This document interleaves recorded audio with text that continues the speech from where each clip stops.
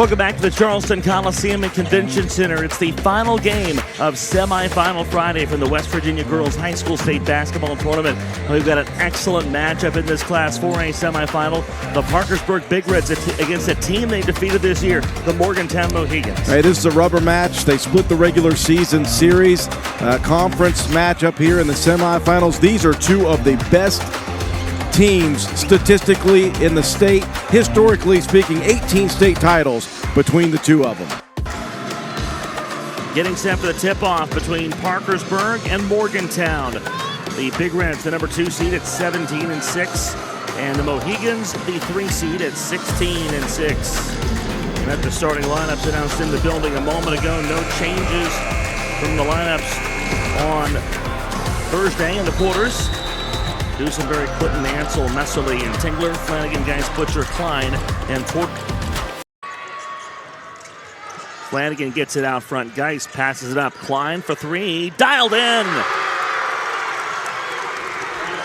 28 of those on the season now for senior Lucie Cline. How big is it to have a 6'1" forward be able to do that? Now, they were challenged in the regular season. Yeah. My goodness, 12 of their games coming against teams that made it here. It goes one of two ways when you play an overtime game in the quarter the way they did. Either they come out tired because of that or they come out focused.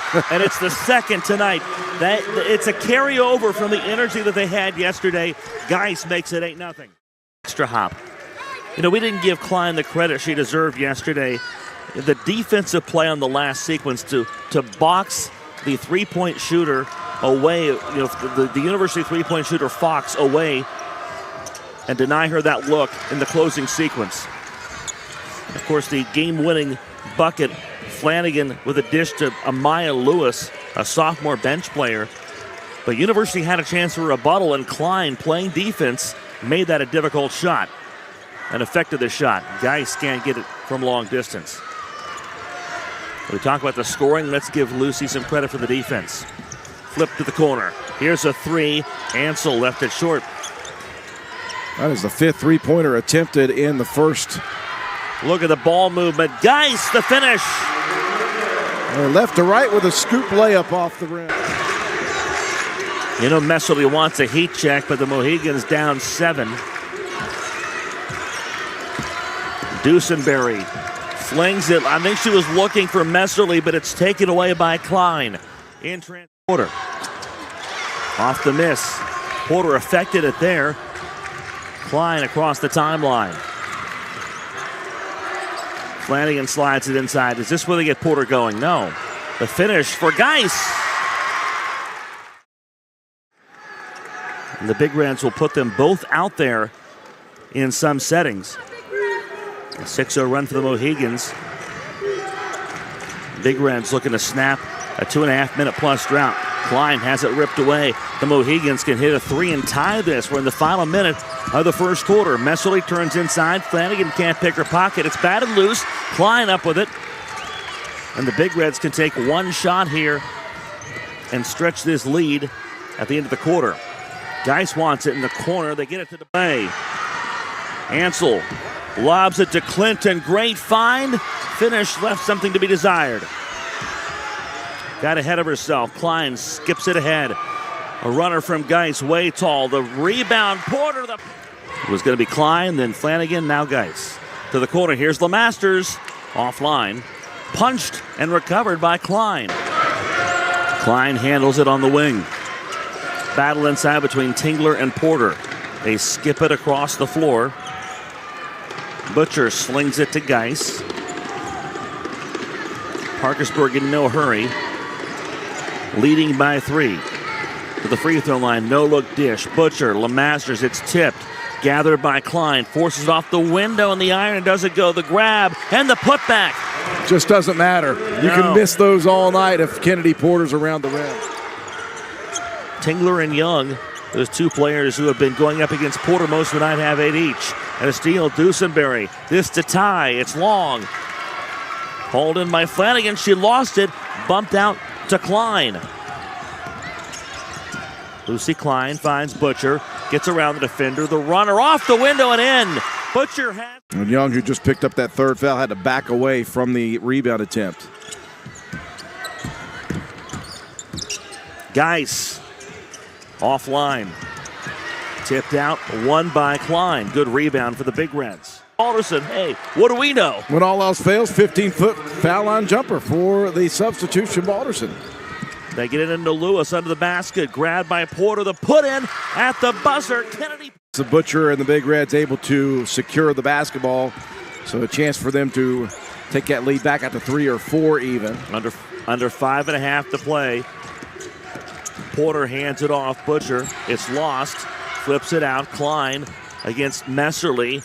Dishes it underneath. Porter rings it up.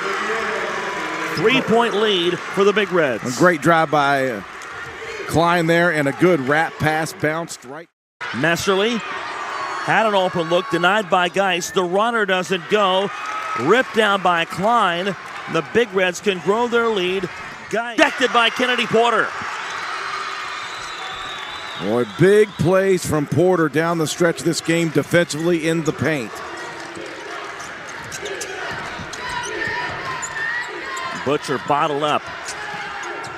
Flanagan looking to create space against Clinton. Remember, Clinton's got 4 fouls. Here's Cline stepping back.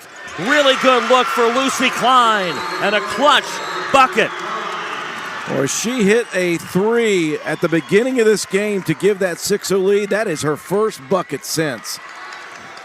And it looks like this core of the Parkersburg Big Reds, Lauren Flanagan and Kennedy Porter, they have been there, the bedrock people on this team.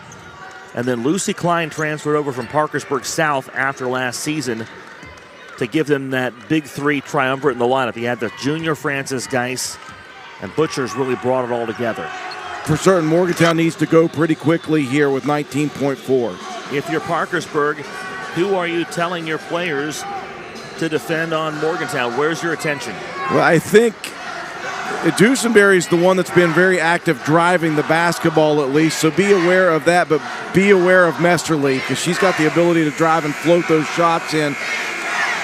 Number 1, I think, for Coach Chris Murray in Parkersburg, what he's telling his girls is no matter what, if they get to the rim, do not foul if the basket goes up. Challenge with your hands up. If you reach and give them an opportunity for a 3-point play, that's bad. I don't see the Parkersburg South Patriots here as a collective unit. I see a handful of people smattered about the building, some coaches and some of the veteran players. Here we go, 54-50. Patriots await the winner from the corner. Messerly doesn't get the 3. Loose ball. Who's got it? This is Parkersburg's Faithlin Butcher up with it, and she's fouled with. Just a big deal. The Big Reds are going to clear the lane out here. 6-point lead, 9.7. Mohegan's got to hurry. Dusenberry pulls up, draws the contact. Faithlin Butcher call on a foul with 4.8 to go, and that'll be 3 for Sydney. Swirled in and out, and now you expect an intentional miss. Well, you can see the frustration by Dusenberry.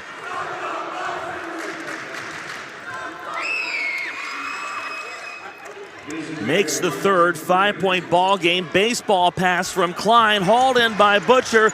She dribbles this out, and do you believe we've got an all-Wood County battle for the Class 4A championship?